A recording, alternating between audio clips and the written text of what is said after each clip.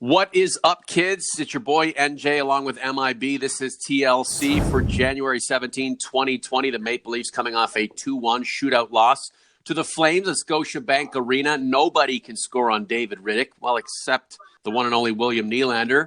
Michael, the Leafs only gave up 1 goal in regulation. That's huge. Good afternoon. Good afternoon, Norm.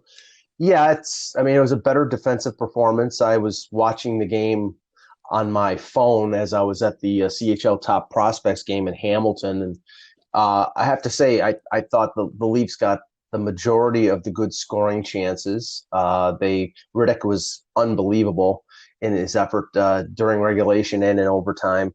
I didn't think Freddie Anderson had a bad game. The goal that was scored, I think it was Derek Ryan, was a deflection that was going wide of the net. Mm-hmm. And so you can't really blame him. Yep. My problem is right now, with all this scoring power, with all this talented offense, this team cannot win a shootout. Now, I don't know what the record is, but I just know the last few games that they've been in shootouts, they haven't been effective at all. They have to use Jason Spezza, who's good in shootouts, as the leadoff guy. And yesterday he got stopped. But I thought Matthews' effort was basically a shot. It was sort of weak, mm-hmm. and Marner got stoned by Rittich. So, it's something we shouldn't make a big deal out of, but in a tight race in the Atlantic Division, every point's going to count. Florida won yesterday, and the Leafs got 1 point.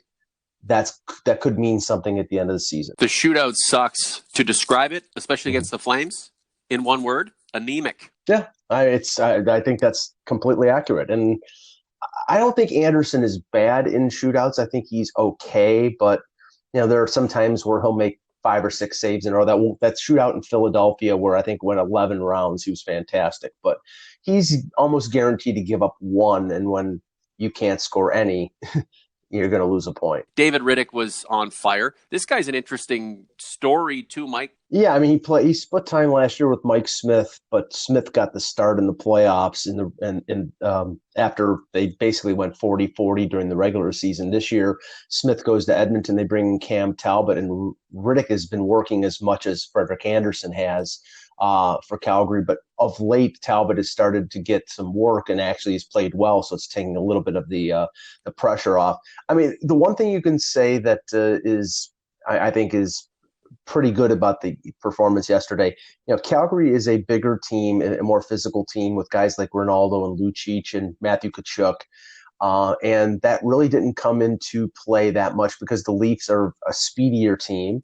And there wasn't, except for Timashov shoving his glove into the face of Tkachuk, there really wasn't much of a physical confrontation in that game. So it sort of neutralized the physicality of the Flames. And the Leafs are going to have to do that against teams that are bigger and tougher going down the line. Pound for pound, the Leafs have more skill than the Flames, but the Flames do have skill and physical prowess. If you had your way, Mike, would you take some of what Calgary brings physically and add it to what the Maple Leafs need physically? Well, not Ronaldo or not Lucic. I mean, Lucic is making $6 million a year, and he's going to score maybe 10 to 12 goals. I think his type of player, at least with the speed that he has now, which limits him to being a bottom 6 forward, I don't think that makes it in the NHL, and I don't think that's what the Leafs need. I don't think they need a 4th-line goon like Ronaldo, who's a borderline NHLer. But the essence of the way they play, Mike. Yeah, no, but what they need is a guy like Matthew Tkachuk, a top 6 forward who can score and also brings a physical aspect to the game. And the Leafs, don't get me wrong, I think their top 6 is extremely talented. Marner, Matthews, Tavares, Nylander, they're all extremely talented, but there's no pushback there. There's no go to the front of the net and be a physical force there. And I think that still, when you see guys like Marchand in Boston, when you see Bergeron who goes to the net, when you see other players in the Atlantic and in the Eastern Conference, you need that aspect of the game to win. And I don't know if that's there for the Leafs, but we'll see. Whether Kyle Dubas believes the Leafs need more size and more physicality as we approach the trade deadline, and then beyond that, the NHL, and then beyond that, the postseason. He knows the Leafs do need more. You always need more, not less, to get to where you want to go and win your championship. The brass has to be sizing up different options for acquisition. Mm-hmm. So let's talk about that before we go. This is a very short Leafs Convo podcast presented by Oak Ridge Ford in London, Ontario, oakridgeford.com. Dion Phaneuf will be the savior, returning to the Maple Leafs, no longer wearing number 3. That's Justin Hull's number now, but he's going to come back and be the stalwart on defense he never was in his first go-round with the blue and white. Right, Mike? Probably not, but I okay, let's just say this. I don't rule it out as a impossibility, but let's just say it was shot down by guys like Bob McKenzie and Darren Dreger and Pierre LeBrun on TSN's Insider Trading yesterday, that Phaneuf was hanging around Brendan Shanahan because he's sort of shadowing him. He's looking at a post-NHL career, possibly in management, and that was the story that was put out there. And it's very possible that that's true, but it's very ironic that it happens at the point when, Jake Muzzin is probably a couple weeks away from returning. The Leafs are playing a 19-year-old rookie in Rasmus Sandin, who I think they didn't want to promote to the NHL, although he's playing pretty well. And Martin Marincin, who is Martin Marincin. And we know that Morgan Rielly will be out 2 months. So I think that it would make sense if they could get him on a veteran minimum deal, and he showed something that might be the case, sort of like Ilya Kovalchuk in Montreal with the Canadiens. Now, the one thing that piqued my interest was Dion Phaneuf, his defense partner in Ottawa for the couple years that he was there, was Cody Ceci. So there would be a familiarity there. If they did sign Phaneuf to be a bottom pairing guy between him and Ceci, that would make a little bit of sense. But would I bet the mortgage on Dion Phaneuf signing with the Leafs? No. So it's good fodder, but I don't know if it's going to happen or not. Is he there as a backup plan? If the Leafs can't do anything substantially, then maybe Dion Phaneuf comes in to chip in. I like Dion Phaneuf. I think he's a classy guy. He's always been he had the stigma attached to him coming out of Calgary as a me first guy and a bit of a head case. And professional athletes making millions of dollars with tons of skill and clappers like that, of course, they're going to be head cases to an extent. But I think he lived up to the billing as a citizen in his time with the Maple Leafs.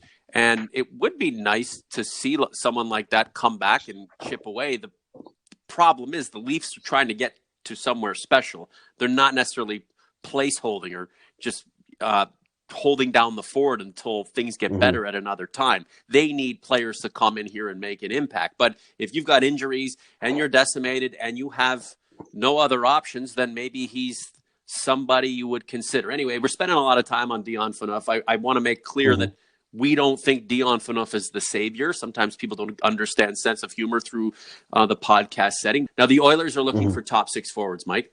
And the Leafs could have a couple who are in and out of the top 6 with the Maple Leafs, and in a situation where maybe in Edmonton they find a new life, and in return the Maple Leafs bring back some players who can inject even more life to this organization and what it's trying to do. Yeah, Darren Dreger reported yesterday that the Oilers are looking for top 6 forwards, as are the Calgary Flames. He didn't tie the Flames to the Leafs. He did tie the Oilers to the Leafs because he mentioned the names of Kapanen, Janssen, Alex Kerfoot as possible players that Ken Holland would be interested in. Now, this is the thing. The Leafs are looking for defensive help. If you're looking at salary and you're looking at a player that would be logical for the Leafs to be interested in, the name of Darnell Nurse is the one that makes the most sense. Darnell Nurse played for the Sioux, played for Kyle Dubas with the Greyhounds. I believe his contract is up in terms of him being an RFA at the end of this year.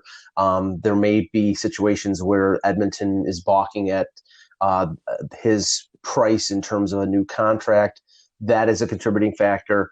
The Leafs on the left side right now are weak with Rielly being hurt. So Darnell Nurse, it would make the most sense. The Leafs are not trading Janssen or Kapanen to dump salary unless they have another deal where they're taking on salary. So I would think, and Edmonton's best prospects in their organization are Evan Bouchard, who played for London, a really good defenseman, and Philip Broberg, another former first-round pick. So it would make sense that they would be willing to trade Nurse in a deal for top six forward. Whether they consider Janssen or Kapanen top six forwards is yet to be determined. OG's Converse, what do you think about Darnell Nurse, that possibility? What do you think about the regurgitation of Dion Phaneuf as a Maple Leaf? Let us know in the comment section below this post on YouTube. You can go into community and have your say there.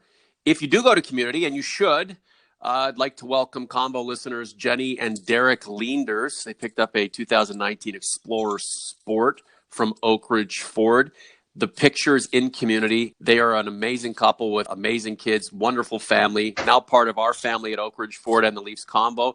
And take a look at their whip. Unbelievable. And I really like the rims. I think they're fantastic. Mike, you got to check out youtube.com/the Leafs Convo from time to time, eh? Because, I mean, you're on it. Help us out. Maybe like and subscribe. Will do. There's another comment from community, Mike, that stood out to me. It was from Al M. And this does summarize the way a lot of us feel about the Maple Leafs right now, knowing their potential and knowing their deficiencies and how it's a coagulation of really great and frustratingly inept play at times. Okay. Al M, does anyone really know what to expect with the Leafs on a game-per-game basis? I think there's a level of consistent performance there that can make fans believe that they can win on any night. It's just right now, I would say at the offensive end and goaltending-wise, unless Michael Hutchinson's playing, because backups in every aspect of the league are sort of a flip of the coin.